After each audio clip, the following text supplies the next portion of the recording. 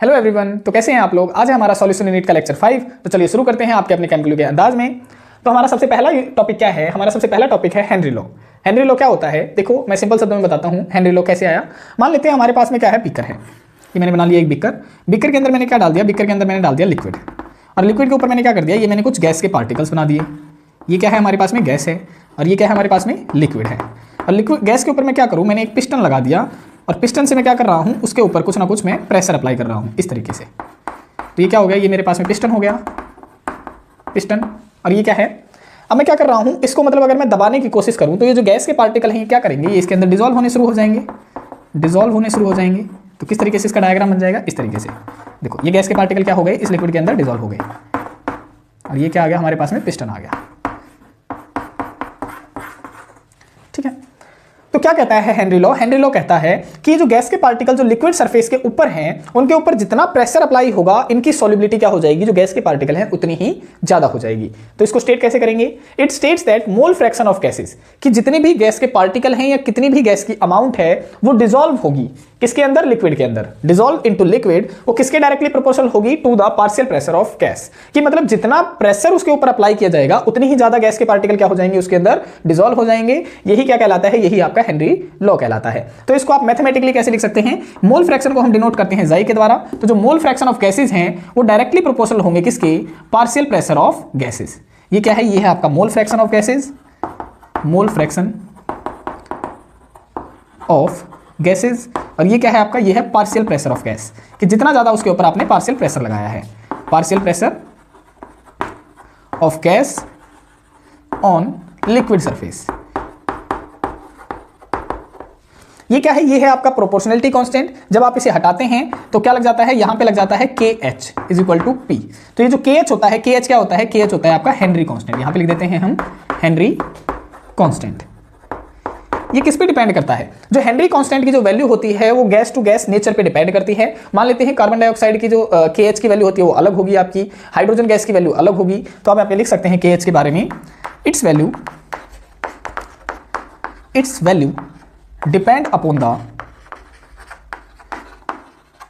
The nature of gases.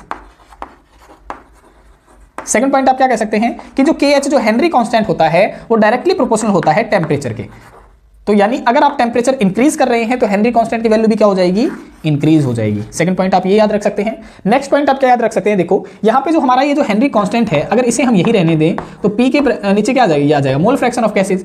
और mole fraction क्या है, जो हम डिसॉल्व कर रहे थे, है ना, mole fraction of gas dissolved in liquid. तो ये क्या है, ये सॉल्युबिलिटी है गैस की। तो आप लिख सकते हैं कि जो KH है आपका, यहाँ इस वाले पॉइंट से आप क्या लिख सकते हैं, आप लिख सकते हैं कि जो KH है आपका वो इनवर्सली प्रोपोर्शनल है किसके भाई, सॉल्युबिलिटी के, solubility of gas.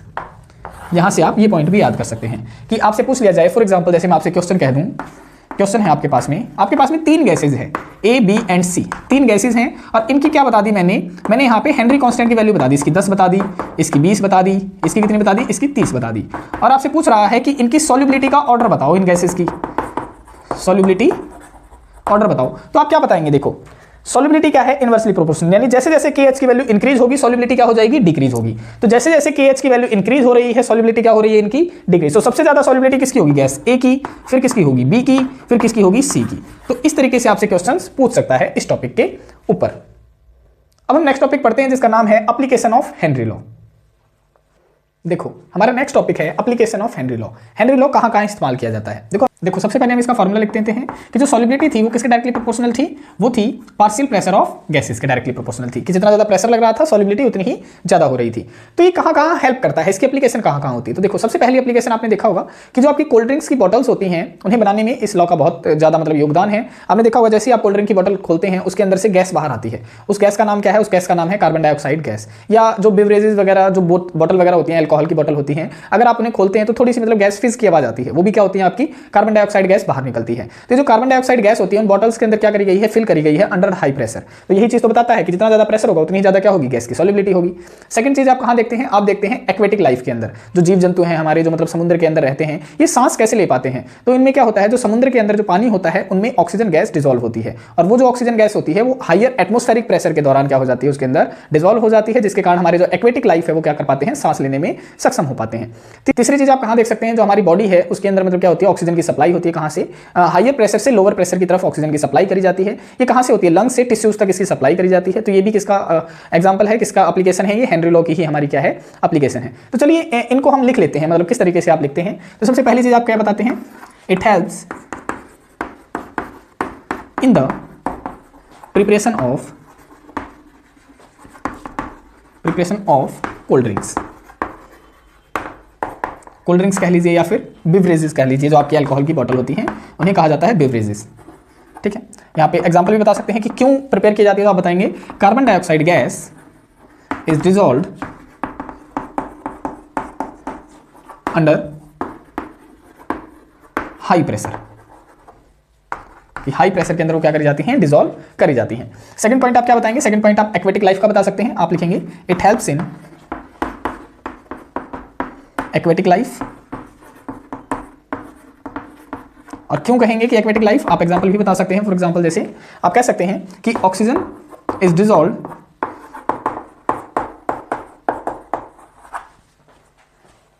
In water under high atmospheric pressure.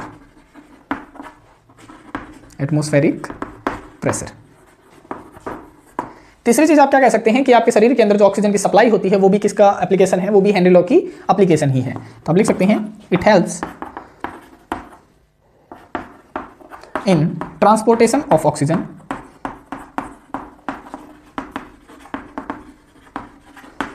From lungs to tissues from higher pressure to lower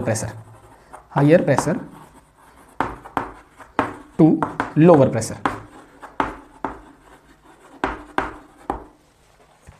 fourth point आप क्या कह सकते हैं, आपने देखा होगा जो स्कूबा डाइवर्स होते हैं, जो समुद्र के अंदर क्या करते हैं, डाइविंग के लिए जाते हैं, तो जब वो बाहर निकलते हैं तो उन्हें अपने शरीर में पेन फील होता है। ये पेन किसकी एप्लीकेशन है, तो मतलब जो पेन है उसे कहा जाता है बैंड। और इस बैंड को मतलब किसने एक्सप्लेन किया था, ये हेनरी लॉ ने ही एप्लीकेशन किया, हेनरी लॉ ने ही क्या किया था, इसे एक्सप्लेन किया था कि जो स्कूबा डाइवर्स होते हैं उनकी बॉडी में पेन क्यों होता है, उसे एक्सप्लेन किसने किया था, हेनरी लॉ ने किया था। तो आप इसे भी क्या कर सकते हैं, इसमें इन्वॉल्व कर सकते हैं। इस तरीके से आप लिख सकते हैं it explained problem occur in scuba divers.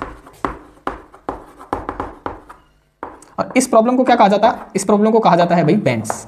तो आप ये नाम याद रखेंगे, कभी कभी एग्जाम में डायरेक्टली ही पूछ लेता है कि बैंड्स क्या होती हैं। इसे हम एक्सप्लेन करेंगे, अभी पहले हम एप्लीकेशन देख रहे हैं, फिर बाद में इसे डिटेल में एक्सप्लेन करेंगे।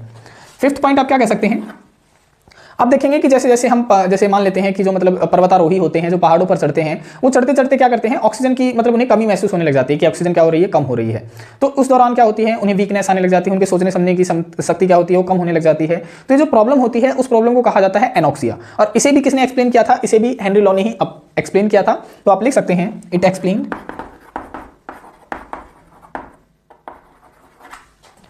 हायर एल्टीट्यूड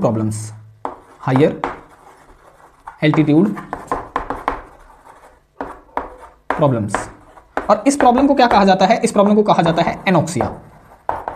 तो ये हमारी एप्लीकेशंस हैं हेनरी लॉ के ऊपर जो कि बेस्ड थी। अब हम नेक्स्ट पॉइंट पढ़ते हैं, यानी नेक्स्ट टॉपिक पढ़ते हैं, जिसका नाम है लिमिटेशंस ऑफ हेनरी लॉ, कि कहां पे हेनरी लॉ वर्क नहीं करता है। देखो हमारा टॉपिक है लिमिटेशंस ऑफ हेनरी लॉ, कि हेनरी लॉ किन किन कंडीशंस पे काम नहीं करता। तो सबसे पहली जो लिमिटेशन है इसकी, कि जब काफी ज्यादा लो टेम्परेचर हो जाता है उस पे हमारा हेनरी लॉ क्या हो जाता है, फेल हो जाता है। तो आप लिख सकते हैं एट वेरी लो टेम्परेचर, कि जब ज्यादा ही टेम्परेचर कम हो जाए वहां पे ये लॉ फेल हो जाता है। दूसरी बात आप क्या बताएंगे कि जब प्रेशर क्या हो, हद से ज्यादा हो जाए, एट वेरी हाई प्रेशर। तो आप वो भी पॉइंट ऐड कर सकते हैं इसमें कि एट वेरी हाई प्रेशर, कि जब काफी ज्यादा प्रेशर हो जाए तब भी ये लॉ क्या हो जाता है, फेल हो जाता है आपका। थर्ड पॉइंट आप क्या बता सकते हैं कि जब हम देखो हेनरी लॉ क्या था कि सॉल्युबिलिटी ऑफ गैसेस, की गैस को हम क्या कर रहे हैं, लिक्विड के अंदर डिसॉल्व कर रहे हैं। अब अगर वो गैस जो हम डिसॉल्व कर रहे हैं अगर वो उस वाटर मॉलिक्यूल या लिक्विड के साथ में अगर रिएक्ट करना शुरू कर दे तब भी ये लॉ क्या हो जाएगा, फेल हो जाएगा। तो आप लिख सकते हैं थर्ड पॉइंट कि when gases reacts with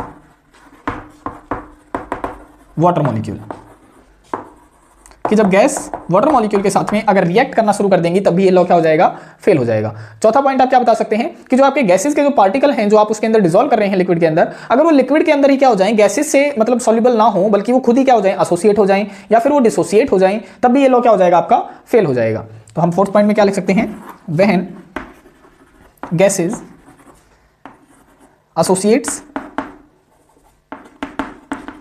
associate और डिसोसिएट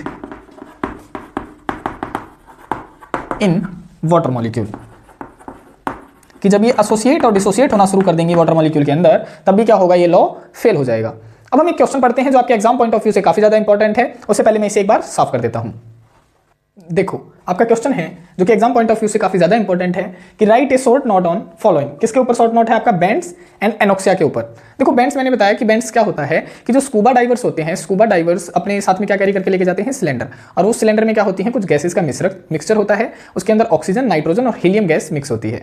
तो जैसे ही स्कूबा डाइवर्स उसके अंदर मतलब समुद्र के अंदर जाते हैं तो क्या होता है, उनके ऊपर वाटर का, उनकी बॉडी के ऊपर वाटर का प्रेशर क्या होता है, ज्यादा होता है। और जब वो इनहेल करते हैं उस सिलेंडर में से जो ऑक्सीजन गैस थी, जो मिक्सचर ऑफ गैसेस थी, जब उन्हें वो इनहेल करते हैं तो क्या होता है, वाटर का ज्यादा प्रेशर है उनकी बॉडी के ऊपर, तो उनके साथ में वो नाइट्रोजन गैस भी इनहेल करते हैं। और नाइट्रोजन गैस क्या होती है, जैसे ही प्रेशर बढ़ता है नाइट्रोजन गैस की ब्लड के अंदर सॉल्युबिलिटी क्या हो जाती है, इंक्रीज हो जाती है, क्योंकि यही हमने किसने बताया था, हेनरी लॉ ने बताया था कि जितना ज्यादा प्रेशर होगा सॉल्युबिलिटी गैस की बढ़ जाएगी। अब वो नाइट्रोजन गैस क्या होती है, हमारे ब्लड के अंदर क्या हो चुकी है, डिसॉल्व हो चुकी है। अब जैसे ही जो स्कूबा डाइवर सरफेस के ऊपर आएंगे, यानी समुद्र से जैसे ही वो बाहर आएंगे तो बाहर आते टाइम अब वो प्रेशर क्या हो गया है, डिक्रीज हो गया है। तो जो नाइट्रोजन जो गैस थी जो ब्लड के अंदर डिसॉल्व हो चुकी थी वो क्या करेगी, बाहर निकलने की कोशिश करेगी। और जैसे ही वो बाहर निकलती है तो क्या होता है, वो बबल्स की फॉर्म में बाहर निकलती है। और फिर वो बबल्स क्या करते हैं, हमारी जो कैपिलरीज होती हैं उन्हें क्या कर देते हैं, ब्लॉक कर देते हैं। और ये जो ब्लॉकेज की जो कंडीशन होती है, जो मेडिकल कंडीशन होती है, उसे ही क्या कहा जाता है, उसे ही बैंड कहा जाता है, जिस केस में क्या होता है, पूरी शरीर में दर्द फील होने लग जाता है। तो यही चीज हमने लिख रखी है कि ये क्या होती है, एक मेडिकल कंडीशन होती है जो क्यों होती है, due to high concentration of nitrogen in blood, कि नाइट्रोजन की ज्यादा कंसंट्रेशन होने के कारण होती है। कारण क्या है इसका कि जो स्कूबा डाइवर्स होते हैं कैरी ऑक्सीजन सिलेंडर, वो ऑक्सीजन सिलेंडर लेके जाते हैं विच इज फिल्ड विद, जो किससे भरी हुई होती है, मिक्सचर ऑफ गैसेस, गैसेस के मिश्रण से भरी हुई होती है, जैसे कि नाइट्रोजन हो गई, ऑक्सीजन हो गई, हीलियम हो गई, ठीक है। So while breathing at higher pressure under water, तो जैसे ही वो पानी के अंदर वो ब्रीथ कर रहे होते हैं, वाहिल ब्रीथिंग, जब वो सांस ले रहे होते हैं पानी के अंदर, तो it increases the solubility of nitrogen in blood. तो क्या करती है, जो प्रेशर जो इंक्रीज हो रहा है वो ब्लड के अंदर नाइट्रोजन को क्या कर देती है, सॉल्युबिलिटी को इंक्रीज कर देती है। तो when the diverse come towards the surface, और जैसे ही वो डाइवर्स सरफेस की तरफ आते हैं, ऊपर की तरफ आते हैं, तो प्रेशर क्या हो जाता है, डिक्रीज हो जाता है। एंड डिसॉल्व नाइट्रोजन गैस, जो घुली हुई नाइट्रोजन गैस थी वो क्या होने लग जाती है, रिलीज होने लग जाती है। किसकी फॉर्म में, बबल्स की फॉर्म में। और ये बबल्स क्या करते हैं, ब्लड के अंदर ब्लॉक कैपिलरीज, जो कैपिलरीज है हमारी, उन्हें ब्लॉक कर देते हैं। और इसी मेडिकल कंडीशन को क्या कहा जाता है, इसी को कहा जाता है बैंड। अब आ जाता है हमारा एनोक्सिया क्या होता है। तो देखो जो पर्वतारोही होते हैं या जो पहाड़ों पे रहते हैं वहां पे क्या होता है, ऑक्सीजन का लेवल कम होता है पहाड़ों पे as compare to ground level. अब वहां पे क्या होगा, हमारी बॉडी के अंदर तो ऑक्सीजन ज्यादा होगी लेकिन बाहर क्या है, ऑक्सीजन की सप्लाई कम है, यानी ऑक्सीजन का लेवल कम है। तो गैसेज जो हैं वो कहां पर ट्रैवल करती हैं, हायर कंसंट्रेशन से लोअर कंसंट्रेशन की तरफ ट्रैवल करने की कोशिश करती हैं। अब हमारी बॉडी के अंदर ऑक्सीजन ज्यादा है तो क्या करेगी, ऑक्सीजन बाहर निकलने की ज्यादा कोशिश करेगी। और इनहेल हम कब कर पाएंगे, तो जिससे क्या होगा, हमें सोचने समझने में या हमारे शरीर में क्या आ जाएगी, वीकनेस वगैरह आ जाएगी, हमारी मेंटल एबिलिटी क्या होने लग जाएगी, कमजोर होने लग जाएगी। तो इसी कंडीशन को क्या कहा जाता है, इसी कंडीशन को कहा जाता है एनोक्सिया। तो लिखते कैसे हैं इसे देखो कि एट हाई एल्टीट्यूड, जैसे ही हम पहाड़ों के ऊपर चलते हैं, द पार्शियल प्रेशर, ये पीपी क्या है, पार्शियल प्रेशर है। जो पार्शियल प्रेशर है ऑक्सीजन का वो क्या होता है, लेस होता है, कम होता है एज कंपेयर टू किसके कंपैरिजन में भाई, ग्राउंड लेवल के कंपैरिजन में। तो ये क्या करता है, दिस लीड्स टू, ये जो लो कंसंट्रेशन है ऑक्सीजन की ब्लड के अंदर या फिर टिश्यूज के अंदर, जो हम ऊपर की तरफ जा रहे हैं, पहाड़ पे चढ़ रहे हैं, वो क्या कर देगा, ऑक्सीजन की कंसंट्रेशन को कम कर देगा, ठीक है। तो low blood oxygen causes climbers to become weak, तो ये जो ऑक्सीजन का जो लेवल कम हो रहा है वो क्लाइंबर्स जो पर्वतारोही हैं उन्हें क्या कर देगा, कमजोर कर देगा। And enable to think clearly, उन्हें सोचने समझने की वो क्लियर नहीं सोच पाएंगे, ठीक है। ये क्या है, सिम्टम्स हैं। और इस कंडीशन को क्या कहा जाता है, एनोक्सिया कहा जाता है। तो अगर आपके एग्जाम में ये क्वेश्चन आ जाता है कि एनोक्सिया और बैंड्स को किस तरीके से एक्सप्लेन करेंगे, तो आपने इस तरीके से लिखे आना होता है। इतना ही। अगर आपको लेक्चर्स पसंद आ रहे हैं तो लेक्चर्स को लाइक कीजिए, शेयर कीजिए और सब्सक्राइब कीजिए और अपने दोस्तों के साथ में भी शेयर कीजिए। और अगर आपको कोई भी डाउट आता है तो आप हमारे कमेंट सेक्शन में बता सकते हैं, या आप डाउट सेक्शन के लिए हमारा जो व्हाट्सएप ग्रुप है उसे भी आप ज्वाइन कर सकते हैं। मिलते हैं नेक्स्ट वीडियो में, तब तक के लिए बाय बाय, टेक केयर। ऐसे ही पढ़ते रहिए, आगे बढ़ते रहिए। धन्यवाद।